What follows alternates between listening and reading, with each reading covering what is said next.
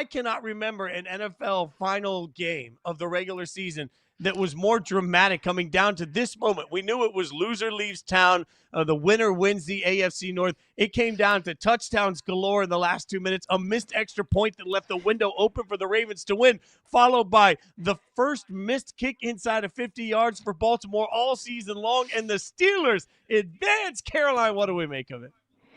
I mean, it wasn't just a drama-filled final game of the season. It was a drama-filled final fourth quarter of the season. It was a drama-filled final play of the season. The fact that the very final play and last snap of the 2025 regular season mattered, I think just it was the cherry on top of all of the buildup. You have divisional rivals who absolutely hate each other playing in the final game of the regular season. Winner advances, loser goes home and goes to Cancun. It was all so perfect. And you mentioned Ravens kicker, after not missing inside of 50 yards all season long, misses to send the Ravens home.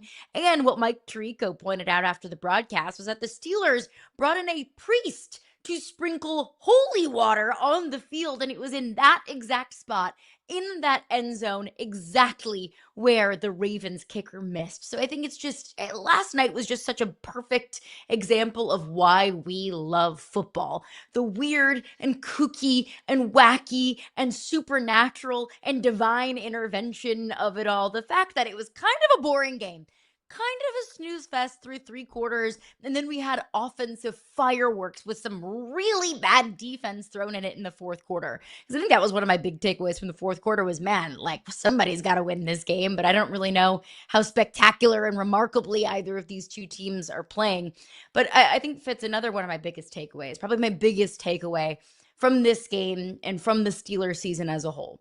I've said several times throughout the season, what's the point of the Steelers going out and signing Aaron Rodgers on a one-year deal and pushing all of your chips into the middle when you could probably just get the same results if you just brought in Mason Rudolph or a Mason Rudolph equivalent? What's the point of signing yourself up for all of the Aaron Rodgers drama and the money that it took to get Aaron Rodgers to Pittsburgh for just, average results? Last night, in the fourth quarter, that final touchdown with 55 seconds left on the clock, that's why you bring in Aaron Rodgers to deliver in the biggest moments when your season is on the line. That's why the Steelers brought in Aaron Rodgers. Yeah, you're talking about a clinic. I mean, Aaron Rodgers last night, Dan Orlovsky said today may be the best game he's played in 4 years, and I think even that might be selling it short. Aaron Rodgers last night was everything that you want vintage, badass, oh my God, Aaron Rodgers to be. Some of the balls that he actually was able to get in the air and complete there, I'm not sure many other quarterbacks in the NFL could. I keep watching that moment from Aaron Rodgers and saying, oh my God, that's tantalizing. Like that's what you do it for. And, not to be outdone here, Lamar Jackson also was incredible in the fourth quarter, particularly. It had some plays that reminded us just how good Lamar looks when he's healthy. So you had the two of the best quarterbacks here showing up when they give the best of themselves like that.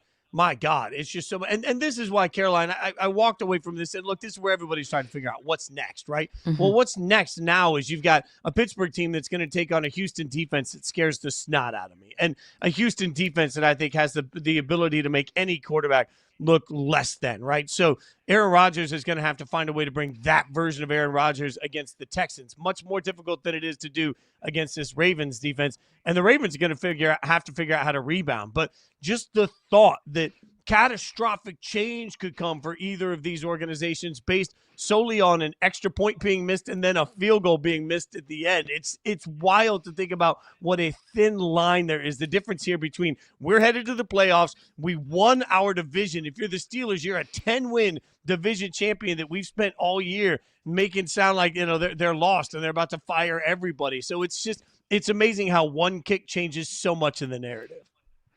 Game of inches.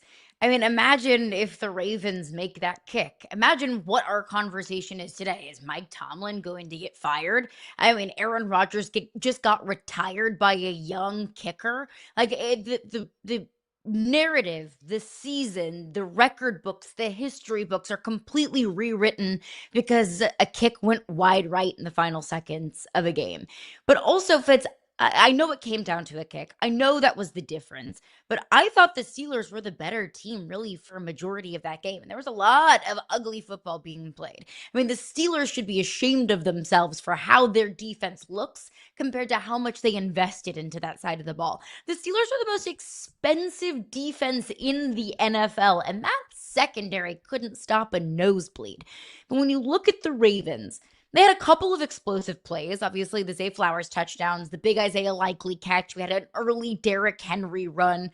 But outside of those big-time explosive plays and outside of the exciting plays that were made in the fourth quarter, the Ravens really struggled to do anything offensively. So if the Ravens made that kick, if they were the ones that were the kings of the North and punched their ticket to the postseason, I still wouldn't feel overly excited, or I wouldn't feel overly, confident in what the Baltimore Ravens could do in the postseason. I also don't think I feel overly confident in what the Pittsburgh Steelers can do in the offseason. Sure, when you get into the dance, anything can happen any given Sunday in the National Football League, especially when you have a guy like Aaron Rodgers at the quarterback position who always steps up in the biggest moments when he needs to the absolute most. But I didn't see a team that looked like a Super Bowl contender. I didn't see an offense that was overly inspiring, especially considering that they're going to be going up against that Houston Texans defensive front, that I would be terrified even if you had a great offensive line and a mobile quarterback, but you've got a 42-year-old back there that, look, Aaron Rodgers doesn't always look 42 years old, but I don't feel necessarily super comfortable about him and that Texans defense that just swarms around. So, look, credit to the Steelers. They found a way to win. They found a way to get into the postseason, but both of these teams have major question marks moving forward. The biggest story of this game that not enough people will talk about was Kyle Hamilton leaving the game. Really great stat here from Warren Sharp. The Steelers' offense with Kyle Hamilton on the field averaged 3.9 yards per play. That's not particularly good, with a 37% success rate. Also not particularly good.